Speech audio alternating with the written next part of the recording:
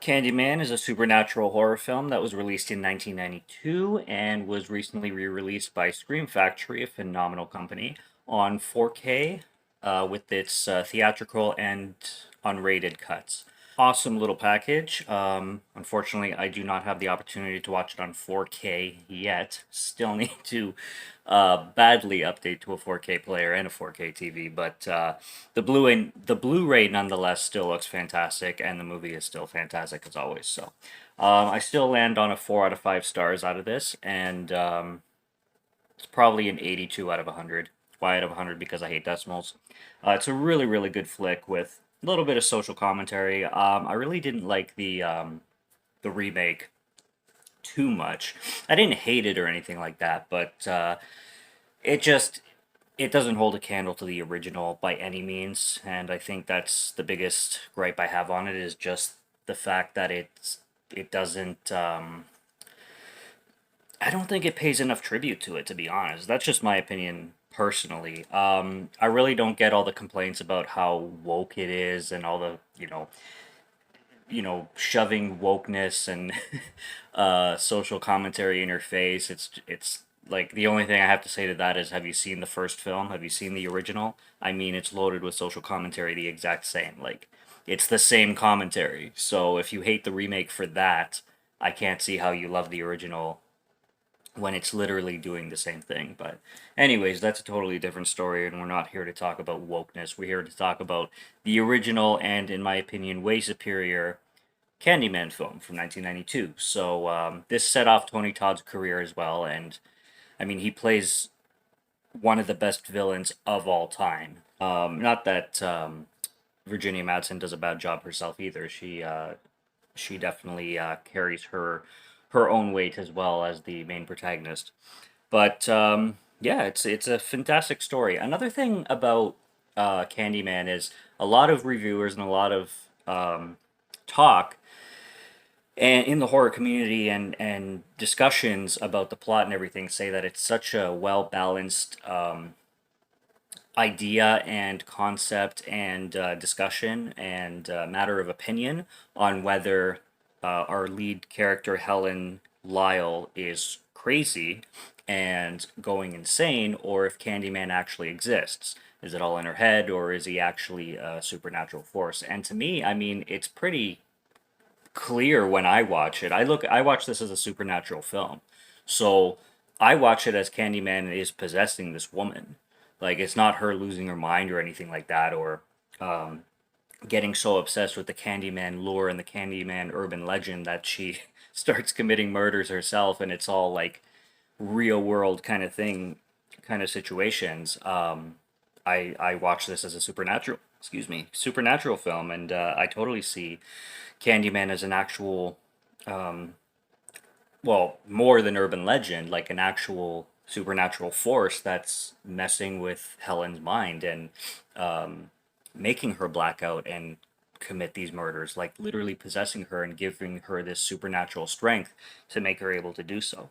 Um, but anyways, like the main gist of the film is this woman Helen is doing a thesis with one of her best friends, Bernadette, and this thesis is on the urban legend of Candyman, who is supposedly or has supposedly committed this murder of this woman in these projects in Chicago named Ruthie Jean. And Ruthie Jean was apparently murdered in her apartment through her mirror in this basic ghetto, pretty much. In this really like run down apartment. The whole thing is absolutely covered in graffiti. And when these two ladies from the University of Illinois, Helen and Bernadette, go investigate this rundown apartment, they find this crime scene, this room, which this woman got murdered in, and Helen is all for it. She wants to explore, she wants to find everything she can on this legend and learn about this legend as much as she can. And she's going through the apartment, and the mirror itself has a big hole in it leading to this other part of the building, and it's really interesting when she starts to explore the building because this thing is huge and there's like holes in the walls everywhere that lead to other places. She'll step through a hole in the wall, and I love that huge painting of Candyman's face where she's basically stepping out of his mouth through the like his drawn, his huge ass head is painted, and the hole in the wall is his mouth, and it gives you a creepy atmosphere when she's stepping through it. The score is it's weird because the score shouldn't fit this movie, but it fits it perfectly because of that. It's one of those. You have this really like soft, gentle piano melody going on through most of the film, and then later on as the film progresses, you get a lot more angelic vocals in the same melody. The melody pretty much stays continuous, and then you get a lot of organ, and I always love organ in my horror movies. It makes it sound so gothic and awesome, and you get a lot of organ tones with this melody going on again, and they just did a really good job with the music and the score to or match in its kind of oppositeness of the whole horror, like horrific stuff going on screen, and the horrific plot going on screen as well. So while these ladies are in the like exploring the projects as well, they meet one lady that lives in the apartment complex. Her name is Anne Marie, and Anne Marie is basically, she's not involved in like the gang lifestyle at all. She really lives independently. She's just trying to raise a baby, Anthony. It's just her and her baby, and she's living day by day, doing the best she can. And you can tell that she's very genuine in who she is and what she wants and everything. And when it comes to the first reveal of Candyman, where Candyman shows himself to Helen the first time, it's one of the best shot scenes and some of the best cinematography I've ever seen in horror ever. In the parking garage where she's about to get into her car, and Candyman is in the distance in the parking lot, and it's just the way they shoot him, they frame him, and his position, the way he's standing, and what he says, because he's always dropping these epic, like creepy ass quotes like "Be my victim, what's blood for, if not for shedding." Just crazy shit. Shed innocent blood. Believe in me. Just like things from nightmares, and like every quote he drops is so simple and short and not so sweet. I would say short and sweet, but they're not so sweet at all. But we are talking about Candyman, so I guess sweet fits in this description.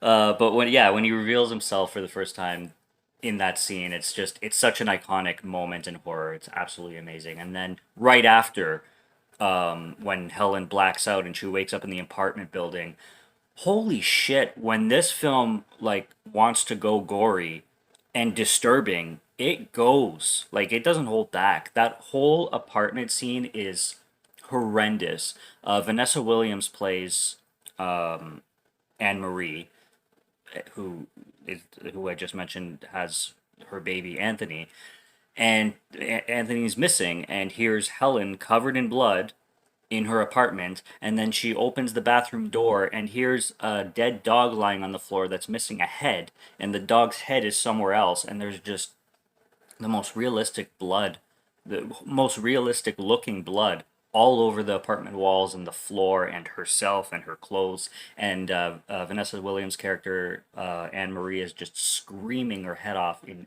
absolute agony and fear, and just insanity, like losing her mind, obviously, because her child is missing from the crib, and there's two pieces of a dog in her kitchen.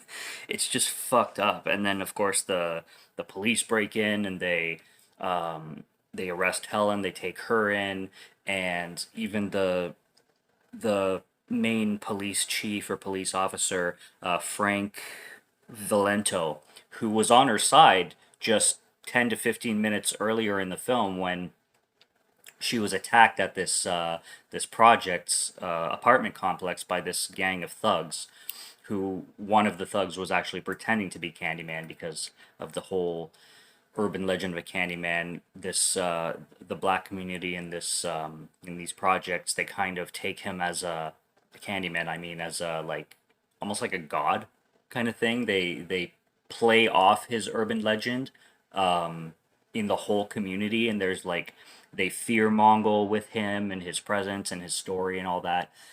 But yeah, so this chief Frank Valento was on her side completely when in catching this guy who attacked her, who dressed up as Candyman and basically like beat her and gave her like the biggest black eye in the world. And they caught this guy, and this Frank Valento police chief was on her side, and then now he's all against her because she. I mean, all evidence points to her chopping this dog's head off and potentially kidnapping this baby. So her husband gets her out of jail. I don't know how. I'm assuming he bails her out, but she was arrested under first degree murder. Well, not first degree murder, sorry. She murdered the dog at that point. But still, I mean, you can't, it's hard to bail out somebody after just a few hours if they, brutally, viciously murdered a dog and potentially kidnapped a baby. So I don't understand how her husband Trevor got her out so quickly, but he did. And of course, there's paparazzi everywhere trying to take her picture and everything. And he takes her home, and then shortly after, there's another murder of Bernadette because Bernadette comes to visit, and she's screaming at Bernadette, um, telling Bernadette to not come into the apartment because Candyman is revealing himself again. Candyman comes back through the mirror, and he's terrorizing Helen, and he's like, "Believe in me," and all his shenanigans and all that. So he's in the apartment with her, or she's seeing him in the apartment with her. Like I said, I'm watching this as a supernatural film, so I do think Candyman is real in this universe. I think he is an actual presence. And Bernadette comes in, and then she gets viciously murdered as well. And again, Helen blacks out. She is taken back to this time a mental ward for the murder of Bernadette. Who the way they made her body look with the makeup and aesthetics and everything when she was dead looked pretty freaky. I mean, her whole face was completely blue, like like she was like suffocated to death or something like that. Like she looked dead. It looked like a dead person right there. Makeup effects and practical effects and all of that in this movie is top notch. A little too top notch because it really makes this film even more horrific. It elevates the gore and the disturbing nature of it tenfold. It's absolutely amazing if you can handle that kind of stuff. So there's a scene with a doctor, Dr. Burke, I think. Yes. And she's like strapped to a chair, right? And she tells the doctor, like, listen, if you think I'm crazy, I can literally prove this to you. And there's a mirror beside her, so she does the whole five Candyman chants, the Candyman, Candyman, Candyman 5 times. I'm already superstitious. I don't even like saying it 5 times, especially in front of a mirror. There's no mirrors around, right? Yeah. And she says it 5 times, and then there's like this little 20-second pause or 30-second pause, and the doctor's just looking at her like, obviously you're nuts. But then he like jerks forward, and you see Candyman come from behind him, and he's tearing at his back with his hook, and oh my gosh, it's crazy. And then she's still strapped, and then Candyman, after he's done murdering the doctor, comes over and cuts her restraints off, and then like jumps through the window and just disappears basically. But again, like it raises the question: is she crazy? Well, she's not breaking out of those straps by herself. I mean, she's not a strong woman. She's she's an average like 160, 170 pound looking woman, and those things are freaking leather bound strapping her down. So to say that she got out of them and killed the doctor herself and then blamed it on Candyman because she has psychosis or whatever, little far fetched. Well, I mean, the whole movie's far-fetched. It's about a fucking urban legend that comes through mirrors. But in the universe, I'm more believing that Candyman is possessing this woman and and is responsible for everything that's happening. So she's out of her straps because Candyman helped her out in that situation. She escapes from the hospital. She goes home, and of course, her husband Trevor. This is also like a month to a month and a half forward because she didn't even realize the time, how much time had elapsed because she was in the mental ward, basically drugged up the whole time. So to her, it must have felt like 2 days. But the doctor mentioned like, "Oh, you've been here like a month," and she's like, "What?" It didn't even feel real. So she goes home, and here's the her husband is a professor at the university, and here's this little like 20 something, like early 20 something year old girl named Stacy, who uh, I'm not gonna. Her acting is not the greatest, and I don't like to pick on acting, but yeah, I mean, Helen comes in and she's like, what does she say to her?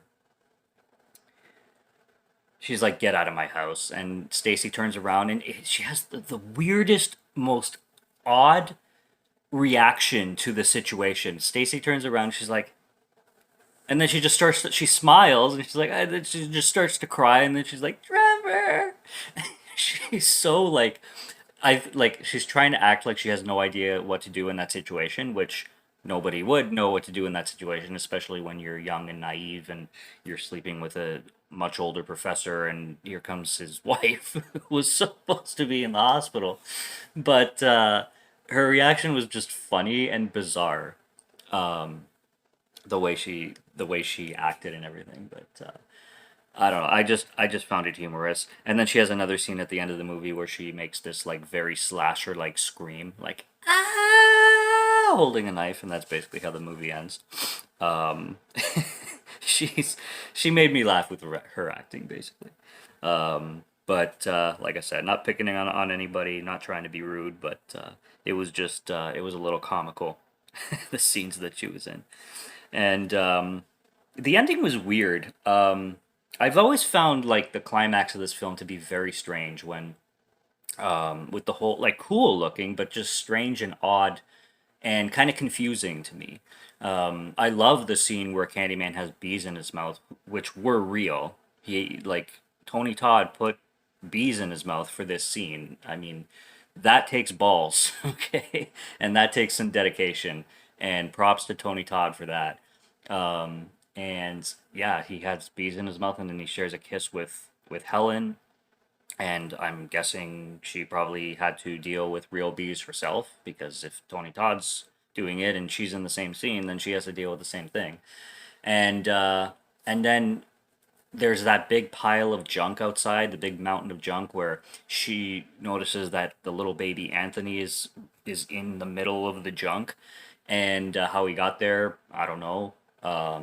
And then Candyman basically wants Helen to join him in death, and she tries to go save Anthony, and then here comes Candyman appearing out of nowhere and trying to murder Helen, and then everybody's pouring gasoline on the junk and lights it on fire because they see Candyman in there somehow, and they want to burn Candyman's spirit or something. And she's trying to save Anthony, but Candyman keeps trying to hold her back and keep her in the fire. And she manages to escape, but she escapes and is lit on fire, and everybody in the community puts it out. Unfortunately, she doesn't end up surviving, so they have the whole final funeral scene. And it was nice to see everybody in the projects. Cabrini, the neighborhood is named Cabrini Green. This is where Candyman actually died back in 1890, I think it was. And everybody from Cabrini Green and the whole black community in this area comes to the funeral, led by Anne Marie, who finally realizes that Helen was actually, not a murderer and not a bad person and not a malicious monster. And she has Anthony again, and she's paying her final respects along with everybody else in the community at her funeral, and it was just a really beautiful ending. And then you have that slasher esque ending with Trevor dying in the bathroom after calling Helen 5 times because this film sets up as Helen being the next Candy woman, I guess. And that's when Stacy comes into the bathroom. All, ah! So it's a very slasher-esque ending, and it's a very slasher-esque opening too, which I forgot to talk about. That opening where the girl's telling the story about Billy and Claire, where Claire is not a really good person whatsoever, and apparently she was dating this guy named Michael for like 6 months, but then she decided to give herself to this guy named Billy because Billy was a bad boy and Michael was just nice. He was just too nice. So she'll give herself to Billy instead, even though she was dating Michael for 6 months, because that's such a nice thing to do. The whole story pissed me off. I was like, this girl's so fucked. Like, fuck this girl. I'm glad she got murdered by Candyman. Oh, but yeah. Yeah. So, very slasher opening, very slasher ending. And the last thing I'll mention too is another professor when Helen and Trevor and this professor who looks like a stereotypical professor, like British accent, long hair, like thin glasses. Looks like the type of guy who looks down on every single person around him and thinks he's better than everybody, even though he's like this fat middle aged like oh, I'm so smart and I, know everything about everything. And you going to bury me? I know the whole story about Candyman. And, back in 1890, and you think you're gonna bury me? And, yeah, he was, he was that annoying snob that you just want to punch in the face.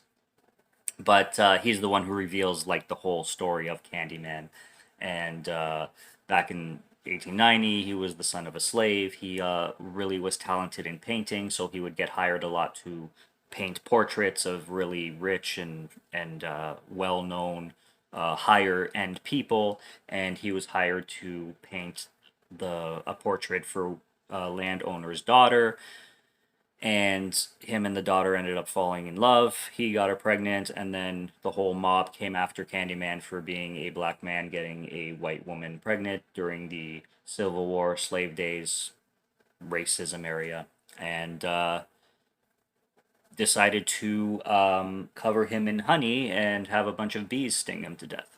And then they burnt his ashes and spread him around Cabrini Green, and that was the whole history and the beginning of the urban legend of Candyman. So, but I just wanted to mention that professor because, like I said, he's that snob that you just want to punch, and he played that character very very well. But yeah, that's about everything that I have to cover in Candyman. It's a very classic horror film, packed with horror and gore when it wants to be. It's not the whole movie, but like there's like two, maybe three segments that are really, really heavy in gore and heavy in disturbingness, but they go balls to the wall and they go all out during those scenes. Like when they go there, they go there. And like I said, that parking lot scene is one of the most classic moments and classic reveals in horror history. Probably top three for me. Probably top three best villain reveals ever. So, I mean, if you've watched the remake, and even if you like the remake, like I said, I don't think it was horrible, and you haven't watched the first Candyman, I mean, do yourself a fucking favor and go watch Candyman from 1992, because there's so many elements to this film that make this classic. That's basically all I got. If you watch the remake, if you haven't watched the remake, I don't know, check it out if you want. But it doesn't hold a candle to this. Let me tell you. Yeah, and new release from Scream Factory on 4K. If you can watch it on 4K, I hope to watch it on 4K soon. But yeah, that's all I got for now. So subscribe to Morgan Film Fan if you like to listen to my voice or if you like my film reviews. I'll be back with more when I can, so stay tuned for that. Check out what's already on the channel. And until next review, have a good one. Take care and cheers.